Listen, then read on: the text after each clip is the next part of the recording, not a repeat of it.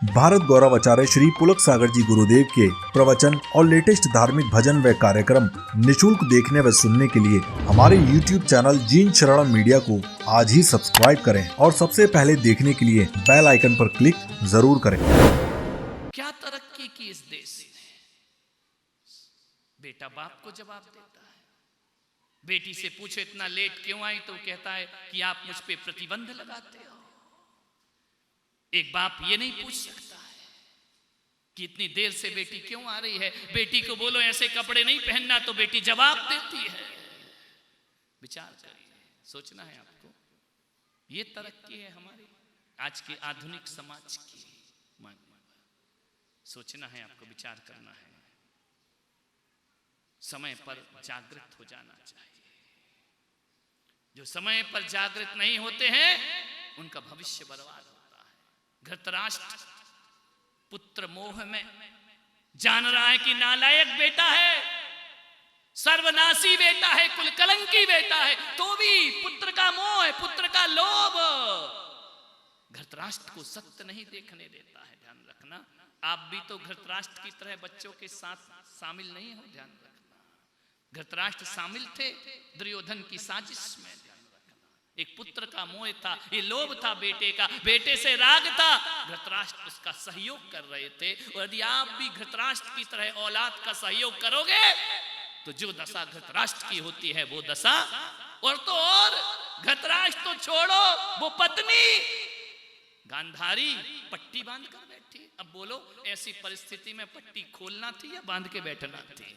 विचार करना है आपको। समझदार स्त्री तो होती तो क्या करती कि पति तो अंधा है ही, इसकी तो बाहर से फूटी क्या भीतर से भी फूटी है, मैं तो जागृत रहूं। ध्यान रखना, नहीं, उसने भी पट्टियां बांध दी। ध्यान रखना, मालूम है पट्टी एक बार खोली गांधारी ने। ऐसा मैंने महाभारत में सुना। कब खोली पट्टी गांधारी ने? एक बार खोली। कब खोली?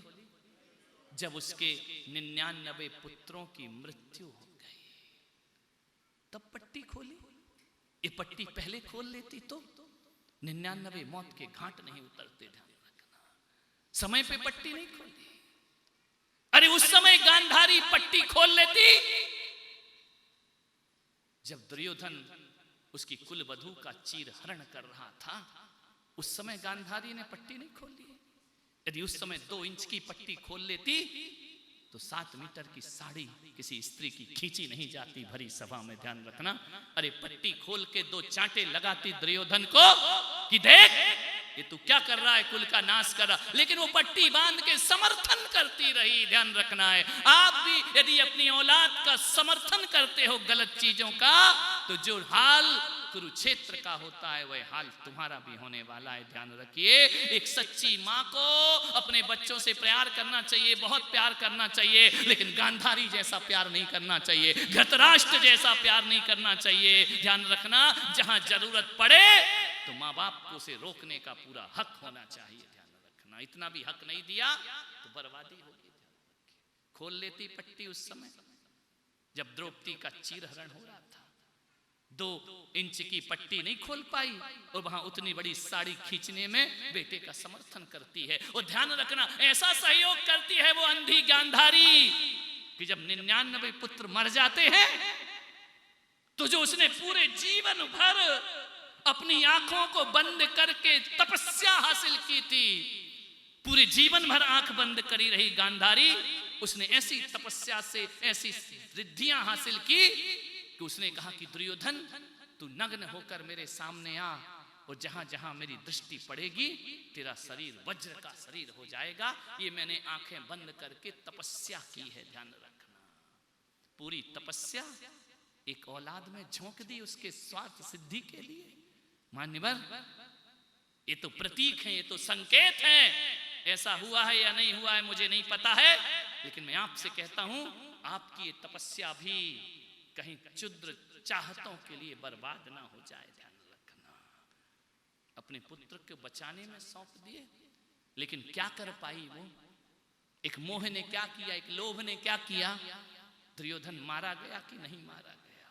ध्यान रखना, जो अंग बचे थे उस जंघा को ही तोड़ दिया जाता है। ध्यान रखिए। मान्यवर, आपसे निवेदन है, कभी अपनी औलाद की गलत आकांक्षाओं का समर्थन धृतराष्ट्र या गांधारी बन के नहीं करना, नहीं तो जीवन दुखदाई होगा। थोड़ी सी जिंदगी है हमारी, क्या क्या खेल खेल के चले जाते इस दुनिया से। ये जो तपस्या कर रहे हो, ये जो साधना कर रहे हो, एकासन कर रहे हो, उपवास कर रहे हो, क्षुद्र चीजों के लिए मत करना कि मेरी कमर ठीक हो जाए, मेरा पैर ठीक हो जाए, मेरा बुढ़ापा अच्छा कट जाए, मेरे बच्चे कहना माने, मेरे घर में ये क्षुद्र आकांक्षा, क्षुद्र लोभ नहीं। अपनी तपस्या को इन क्षुद्र बातों में बर्बाद मत करो। लोभ इन क्षुद्र बातों का मत करो। लोभ करना है तो जिनेंद्र बनने का लोभ करो, लोभ करना है तो अरिहंत बनने का लोभ करो, भगवान बनने का लोभ करो। मैं इसलिए कर रहा हूं कि मुझे भगवान बनना है, मैं इसलिए कर रहा हूं कि मुझे दुनिया के पद नहीं, मुझे पंच परम परमेष्टि के पद की प्राप्ति होना चाहिए। ध्यान रखना। तो यहाँ पे ये पर्यूषण करना सार्थक होगा। आदमी सोचता है कि मैं निकम्मा रहूं, मैं निठल्ला रहूं, मैं कुछ ना करूं, भगवान पूजा से मुझे सब कुछ दे दे। ऐसा कभी नहीं हो सकता है। साधना को तुच्छ चीजों में बर्बाद नहीं करना, थोड़े मोड़े चीजों में मन को खराब नहीं करना। एक मेरे पास अभी आए, महाराज आपके लिए गिफ्ट लाए हैं। पहले हम लोग छोटे थे, जब नहीं उम्र की बात कर रहा हूं, छोटा तो मैं अभी भी हूं, तो जब नए नए महाराज बने थे, कोई पेन लाता था, डायरी लाता था, ऐसी खुशी होती थी कि जैसे इसने राज तिलक कर दिया हो मेरा। लेकिन जैसे जैसे जिंदगी समझ में आई, अभी 2 दिन पहले कोई लेकर आया ये सामान, मैंने कहा मुझे नहीं चाहिए। बोले ले लो, हम आपके लिए लाए हैं। उनका इसलिए तो नहीं ले रहे हैं। बोले मतलब क्या? इनका कौन संभालेगा इनको? हकीकत इस तीर्थ की संरचना के बाद ऐसा लगता है कि कुछ भी सामान नहीं लेना चाहिए। कौन संभाले, कौन देखे, कौन मेंटेन करे? लफड़ा झपड़ा। लोग खुश हो रहे हैं, तीर्थ पूर्ण हो रहा है, और मैं सोच रहा हूं कि इसे बनाने में मैं कितना अपूर्ण हो गया हूं। तुच्छ बातें, तुच्छ चीजें, ये हमारे जीवन का लक्ष्य नहीं हो सकता है। जीवन का लक्ष्य तो बड़ा लक्ष्य हुआ करता है। हमने निर्माण के लिए दीक्षा नहीं ली, हमने तो निर्वाण के लिए दीक्षा ली थी। ध्यान, मोक्ष के लिए दीक्षा ली, निर्वाण के लिए, कल्याण के लिए दीक्षा ली। ये तुच्छ बातें हैं, इनमें क्या होता है?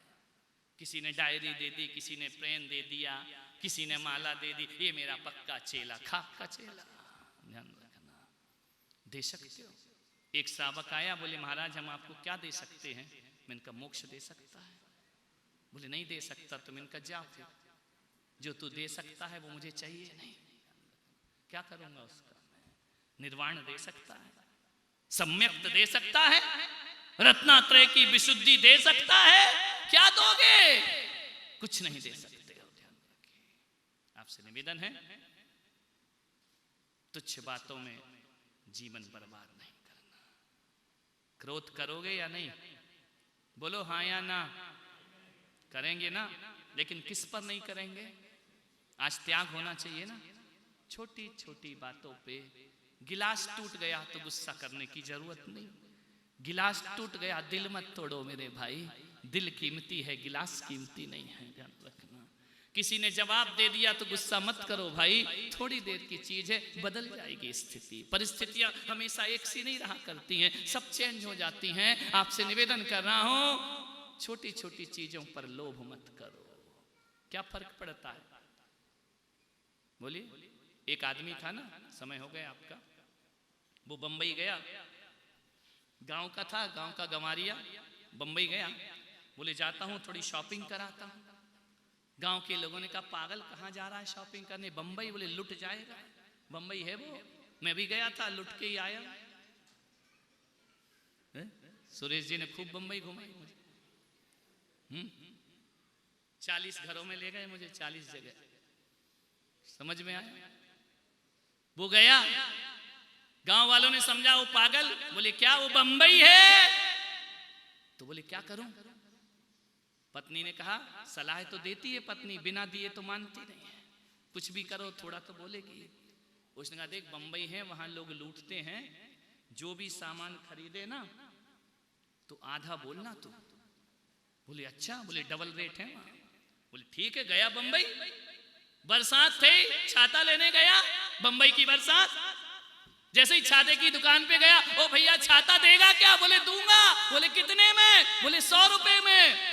100 रुपए में? उसे पत्नी की बात याद आ गई। उसने कहा पागल है क्या, 50 में देना है तो बात कर, नहीं तो रहने दे।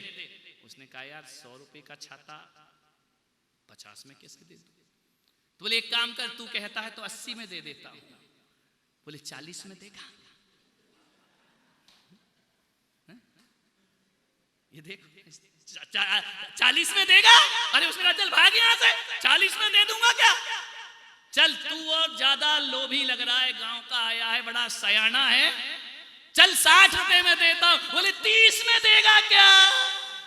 पत्नी की बात याद आ गई उसको, आधा ही बोलना जितना भी हो। अब तो बंबई वाले व्यापारी को गुस्सा आ गई। उसने कहा ऐसा कर, फ्री में ले जा। 30, 100 से 40, 80, 80 से 60, अब कह रहा है कि 30 में दे, फ्री में ले जा। आदमी भी बड़ा होशियार था, उसने कहा फ्री में? बोले हाँ। बोले 2 देगा? ध्यान रखिए ये लोग छोटी छोटी बातों, फ्री में दे रहा तो 2 दे। पत्नी ने तो कहा था कि 50% लगाना। माने ध्यान रखिए, छोटी छोटी बातों पे नहीं उलझना, छोटी छोटी बातों पे मान नहीं करना। हम आए, पूछा नहीं, स्टेज पे नहीं बुलाया, क्षुद्र बात है।